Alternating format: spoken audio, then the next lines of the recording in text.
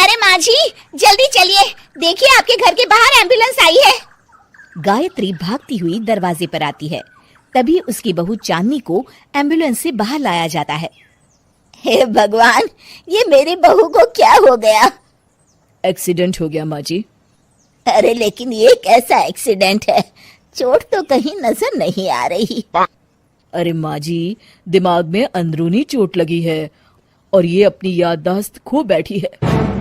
हैं? मेरी बहू याददाश्त खो बैठी है, अब क्या होगा? आप फिक्र मत करिए, बस इनका अच्छे तरीके से ख्याल रखिए। मैंने दवाइयाँ दे दी हैं, अब मैं चलता हूँ। अगले दिन। अब तेरी तबीयत कैसी है बहू? बहू? किसकी बहू? हम भैरवगढ़ के ठाकुर विक्रम सिंह की बेटी रूपवती हैं। हम एक राजकुमारी हैं और तुम हमारी दासी हो बुढ़िया। अरे बेटा विशाल, बहू कैसी बहकी बातें कर रही है। अरे कुछ मत पूछो माँ, रात को मुझसे अपने पैर दबा रही थी। सर पर चोट लगने की वजह से इसका दिमाग पूरी तरह खराब हो गया है और ये अपने आप को राजकुमारी समझ रही है। तभी वहाँ चांदनी आ जाती है।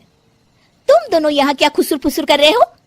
कहीं तुम दोनों मिलकर हमारे खिलाफ कोई षड्यंत्र तो नहीं रच रहे हो? हम तुम्हारा सर तलवार से उड़वा देंगे, समझे? अरे नहीं नहीं राजकुमारी जी, हम तो आपके सेवक हैं। भला हमारी इतनी हिम्मत? कहिए, आपने यहाँ हॉल में आने का कष्ट कैसे किया? हमें बहुत भूख लगी है। ए दासी, जल्दी से हमारे लिए भोजन का प्रबंध करो। आज हम शाही कबाब खाएंगे।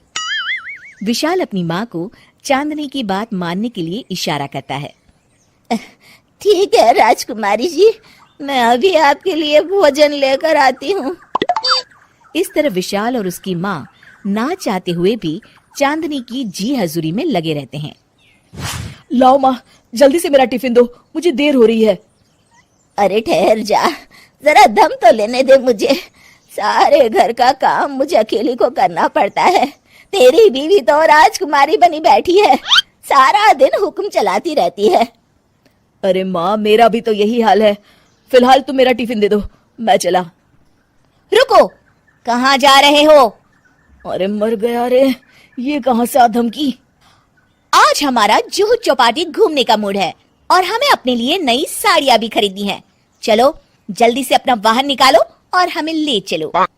अरे अब तो मैं गया काम से। अगर आज मैं वक्त पे ऑफिस नहीं पहुंचा तो मेरा बॉस मुझे नौकरी से निकाल देगा। मरता क्या न करता। आखिरकार विशाल चांदनी को घुमाने ले जाता है और चांदनी अपने लिए ढेर सारी शॉपिंग भी करती है।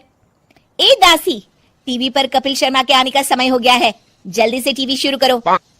अरे वाह, कपिल शर्मा तुझे याद है, बाकी कुछ याद नहीं। बहू तू तो बड़ी चालू लगती है, अपने फायदे की हर चीज तुझे याद रहती है। मैं तो तेरी इस अजीब बीमारी से परेशान हो गई हूँ।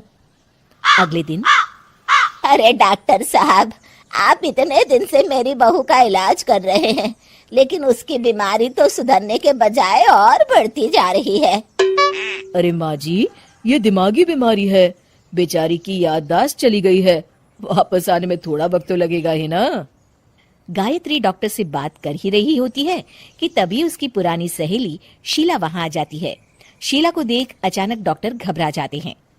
अच्छा माँ जी, मुझे एक मरीज को अर्जेंट देखने जाना है, मैं चलता हूँ। ये कौन था?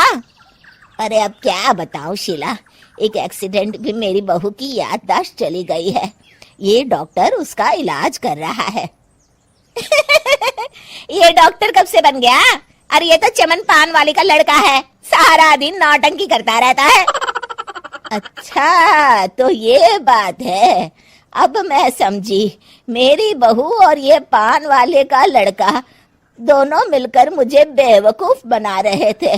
चल तू मेरे साथ। गायत्री शीला को एक बड़ा सा डंडा हाथ में देकर अपनी बहू चांदनी के कमरे में ले जाती है। बहू, ये मेरी सहेली है, एक डॉक्टर है। इसने तेरे जैसे न जाने कितनों का इलाज 2 मिनट में कर दिया है। इसका कहना है कि सर पर जहाँ चोट लगी हो, अगर उसी जगह दोबारा किसी बड़े डंडे से जोर से मारा जाए तो मरीज की याददाश्त वापस आ जाती है। देख, हम डंडा भी लाए हैं। अपनी सास की बातें सुनकर और हाथ में बड़ा डंडा देख चांदनी घबरा जाती है। अरे बाप रे, मैं तो फंस गई। इस डंडे की एक बार की वार से ही मैं तो चारों खाने चित हो जाऊंगी। अब क्या करूं, क्या करूं, क्या करूं? लेकिन गायत्री, डंडा सर पर ठीक उसी जगह लगना चाहिए जहाँ चोट लगी है। अरे तू चिंता मत कर, 2-4 बार मारूंगी तो एक बार तो सही जगह लग ही जाएगा ना। चल बहू, तैयार हो जा। अरे नहीं नहीं माँ जी, मुझे मत मारिए। दरअसल घर के काम करने से बचने के लिए मैंने ये सब नाटक किया था। मुझे माफ कर दीजिए, मैं कान पकड़ती हूँ। दोबारा ऐसी गलती कभी नहीं करूंगी।